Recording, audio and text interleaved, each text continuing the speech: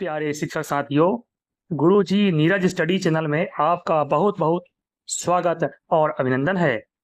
साथियों, आज हम राज्य शिक्षा केंद्र भोपाल का एक महत्वपूर्ण अपडेट लेकर उपस्थित हुए हैं, जो कि शिक्षक साथियों के लिए बेहद ही महत्वपूर्ण है और जिसका विषय है बैग रहित दिवसों में गतिविधियों का आयोजन। विद्यालय में जो बैग रहित व्यवस्था शुरू होने वाली है, उसी संबंध में यह हमारा आज का वीडियो है। तो पूरी जानकारी के लिए वीडियो में साथियों लास्ट तक बने रहिएगा और आपसे हमारा एक रिक्वेस्ट है कि शिक्षा जगत के सबसे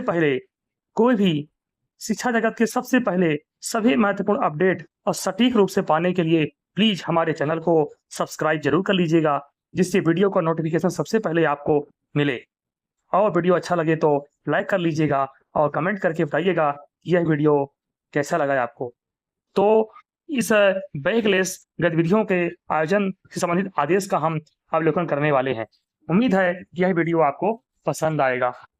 साथियों, शासन की शुरू से मंशा थी कि बच्चों को बैग रहित करना तथा उन्हें बैग के बोझ से उन्हें मुक्त रखना, यानी उनके वजन को कम करना, बैग के वजन को कम करना। तो उस क्षेत्र में, उस पहल में कदम होने वाला है, वह कदम राज्य शिक्षा केंद्र ने उठाया है, जिसमें विषय है कि बैग रहित यह जो आदेश आया है साथियों, यह 9/6 का आदेश है, जिसमें विषय दिया गया है समस्त परियोजना समन्वयक समस्त जिले मध्य प्रदेश है, इसमें बैग रहित दिवसों में गतिविधियों के आयोजन के संबंध में।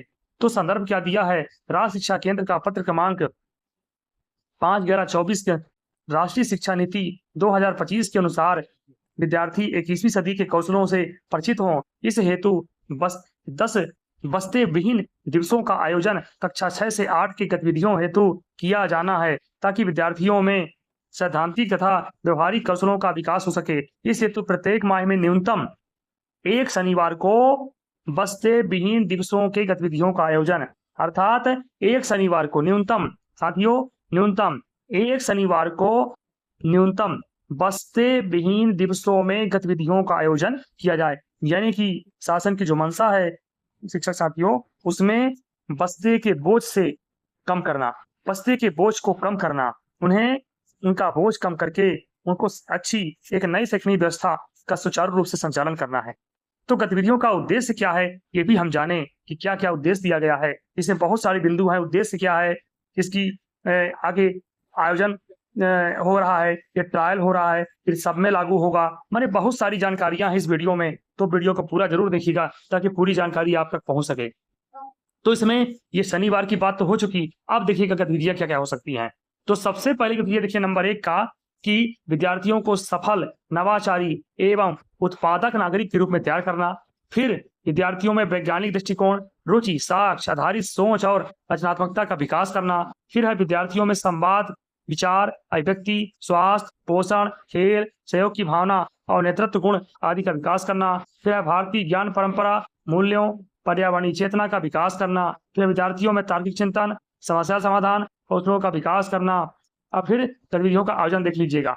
आयोजन कैसे होना है? नीप का मतलब नेशनल एजुकेशन पॉलिसी। फिर नेशनल एजुकेशन पॉलिसी 2020 की अनुशंसा के अनुक्रम में इसके उद्देश्यों की प्राप्ति हेतु विद्यार्थियों को कक्षा कक्ष के बाहर सीखने के अवसर उपलब्ध कराने के लिए निम्नानुसार सुझाव गतिविधियों का आयोजन किया जा सकता है। चलिए आगे देखते हैं। ये सारे सुझाव, सारे अपडेट, इसको ध्यान से समझ लीजिएगा। क्या क्या बदलाव राज्य शिक्षा केंद्र संचालक महोदय ने इस पर ड्राफ्ट तैयार किया है। तो सबसे पहला गतिविधि का क्षेत्र हो गया और गतिविधियां हो गया। तो सबसे पहली गतिविधि देखिएगा आर्ट एवं क्राफ्ट। इसमें क्या क्या होना है? तो ड्राइंग होगा, पेंटिंग, मिट्टी के खिलौने का निर्माण, ये फिर गमला, दीवार पेंटिंग, कठपुतली, मुखौटे, डाल मेकिंग, अनुपयोगी सामग्री के पुनः उपयोग, पेपर क्राफ्ट, ये सारी गतिविधियां आर्ट क्राफ्ट के तहत होने वाली हैं, याद रखिएगा। फिर दूसरा है ऐतिहासिक, साहित्यिक और सांस्कृतिक क्या होने वाली है? तो लोकगीत, लोक नृत्य, लघु नाटिका, लोक कला, कविता पाठ, कहानी, खेलेखन आदि से संबंधित गतिविधियां होने वाली हैं। फिर तीसरा देखिएगा, तीसरा क्या दिया है? तीसरा में दिया है खेल की आधुनिक पद्धतियां। इसमें पॉली फार्मिंग, ऑर्गेनिक फार्मिंग, इसमें प्रयुक्त संसाधनों, औषधि, पौधों की जानकारियां, खेती का कार्य, उसमें उपयोगी होने वाले आधुनिक उपकरणों की जानकारियां, स्थल का भ्रमण, ये सारी गतिविधियां खेती के उसमें आने वाली हैं और आधुनिक पद्धतियों में आने वाली हैं। फिर देखिएगा चौथे नंबर पर शैक्षिक भ्रमण क्या है। इसमें आसपास के ऐतिहासिक, सांस्कृतिक, स्थानीय और व्यावसायिक स्थलों का भ्रमण भी बताया गया है। फिर लघु उद्योग का देखिए, लघु उद्योग व्यवसाय के तहत मधुमक्खी पालन, मुर्गी पालन, मछली पालन, डेयरी फार्म इत्यादि की जानकारी स्थल का भ्रमण भी है इसमें सम्मिलित किया गया है। छठवां देखिए, महत्वपूर्ण संस्थानों का भ्रमण, पोस्ट ऑफिस, बैंक, पुलिस थाना, अस्पताल, मंडी, विभिन्न संस्थानों का भ्रमण कर प्रत्यक्ष में जानकारी प्राप्त करना, ये सारी गतिविधियां इसमें दी गई हैं। चलिए और आगे क्या बदलाव किया गया है, इसमें क्या क्या परिवर्तन किए उनको देखते हैं। तो और भी गतिविधियां हैं, उनको भी हम समझने का प्रयास करते हैं। चलिए 7वां नंबर देख लेते हैं, विभिन्न प्रकार के स्थानीय और कामगार व्यवसायी। इसमें क्या दिया गया है साथियों, देखिएगा, बिजली, लकड़ी, बिजली, लोहे, प्लम्बिंग, खिलौने, जूट का कार्य, हथकरघा, हैंडबैग, निर्माण कार्य से संबंधित विशेषज्ञों से चर्चा, स्थानीय स्थल, ये भ्रमण, ये सारी चीजें इस 7 क्रमांक में, 7वें नंबर क्रमांक में देख लीजिएगा। फिर 8वां में देखिएगा, पुस्तकालय गतिविधियां हैं, जिसमें विद्यार्थियों में कौशल विकास हेतु ये पुस्तकालय विभिन्न पत्र पत्रिकाओं के माध्यम से पढ़ने और अभिव्यक्ति के अवसर उपलब्ध करवाएं। फिर 9वें नंबर देखिएगा, प्रौद्योगिकी, विज्ञान और पर्यावरण में क्या क्या दिया गया है, जैविक खाद, किचन गार्डन, स्वच्छ पेयजल, पानी, स्वास्थ्य, पर्यावरण से संबंधित अवशिष्ट प्रबंधन, साइबर सुरक्षा, नियमों से संबंधित विशेषज्ञों के साथ जानकारी, उक्त विषयों पर निबंध, क्विज, भाषण प्रतियोगिता का आयोजन भी इसमें होगा। और खेल गतिविधियां, इसमें इंडोर, आउटडोर तथा स्थानीय खेल गतिविधियों का आयोजन भी इसके अंतर्गत किया जाना है। अब इसमें कितना बजट है, कितनी राशि जारी की जाएगी, वो भी आप ध्यान से समझिएगा, क्योंकि जो भी योजना शासन की आती है, राज्य शिक्षा केंद्र से हो, एक शासन के स्तर से हो, किसी भी स्तर से हो, चाहे ये जिला हो चाहे प्रदेश हो, उसमें कुछ ना कुछ बजट का प्रावधान रहता है, क्योंकि उसमें मद भी, उसमें राशि भी खर्च होती है। तो इसके अंतर्गत कितनी राशि आने वाली है, तो बजट व्यवस्था देखिएगा, प्रत्येक शासकीय माध्यमिक शाला के रुपए 2000 की राशि जारी की जाएगी। इस राशि का उपयोग 6 से 8 की गतिविधियों को 10 बैगलेस दिवसों में, कितने में साथियों, 10 बैगलेस दिवसों में की जाने वाली गतिविधियों हेतु नियमानुसार किया जाएगा।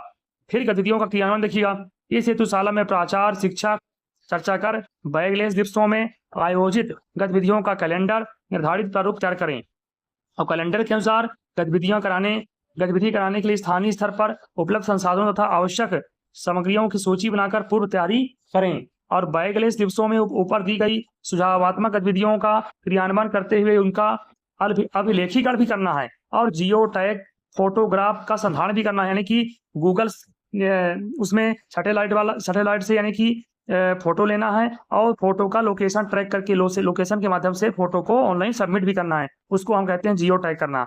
अब विद्यालय स्तर पर किया जाना है सब कुछ। प्रत्येक माह, यहाँ ध्यान दीजिएगा, प्रत्येक माह राज्य स्तर से प्रेषित गूगल शीट पर, राज्य से यानी राज्य शिक्षा केंद्र ही गूगल शीट को प्रेषित करेंगे, तो वहां से आएगा। विकास खंडवार संकलित जानकारी की प्रविष्टि बीआरसी द्वारा सुनिश्चित की जाए और गतिविधियों को के नोडल जिला परियोजना समन्वयक ही करेंगे, यानी कि जिला परियोजना द्वारा इसका संचालन, यानी इस परियोजना का, इन गतिविधियों का संचालन जिला परियोजना समन्वयक द्वारा किया जाएगा। तो इस प्रकार से ये सारी गतिविधियां दिया गया है। संचालक महोदय राज्य शिक्षा केंद्र, यहाँ पे उन्होंने 6/25 का आदेश है, इसमें संलग्न विद्यालय की वार्षिक कार्ययोजना का प्रारूप दिया गया है और राज्य स्तर से प्रेषित माहवार गूगल शीट का प्रारूप भी दिया गया है, जो कि आगे हम बताने वाले हैं आपको। तो चलिए आगे उसको भी हम बताते हैं कि उस प्रारूप को देखिएगा। ये सारे प्रतिलिपि हैं। अब गूगल शीट को भी देख लीजिएगा ध्यान से। इसमें विद्यालय की वार्षिक कार्ययोजना का सुझावात्मक प्रारूप और जिला विद्यालय यूटाइस देखिएगा। इसमें क्रमांक, संपादित गतिविधियां, गतिविधि आयोजन का दिनांक दिया है, गतिविधि की पूर्व तैयारी दिया है, सहभागी विद्यार्थियों की संख्या दिया है और बच्चों के सीखने के परिणाम पर संक्षिप्त टिप भी दिया है। क्या क्या सीखा बच्चा, वो सब टिप यहाँ पे लिखना होगा शिक्षकों के द्वारा। चलिए अब इस प्रकार से अगला प्रारूप देख लीजिएगा। ये भी प्रारूप एक नीचे दिया गया है, जिसमें राज्य स्तर से प्रेषित माहवार गूगल शीट आपको मिलने वाला है, जिसमें है प्रपत्र 2 मिलेगा। उसमें दिया है जिले का नाम, आपका विकास खंड, फिर बैगलेस दिवसों में सम्मिलित स्कूलों की संख्या, सम्मिलित विद्यार्थियों की संख्या और संपादित कराई गई गतिविधियां तथा जियो टैग भी करना है। फोटोग्राफ लेना है और विकास खंड के माध्यम से जो लिंक दिया गया जाएगा उसको लोकेशन के साथ उस फोटो को उसमें टैग भी करना है, यानी कि फोटो को अपलोड भी करना है। तो चलिए प्यारे साथियों, उम्मीद है कि यह वीडियो आपको इंफॉर्मेटिव वीडियो पसंद आया होगा।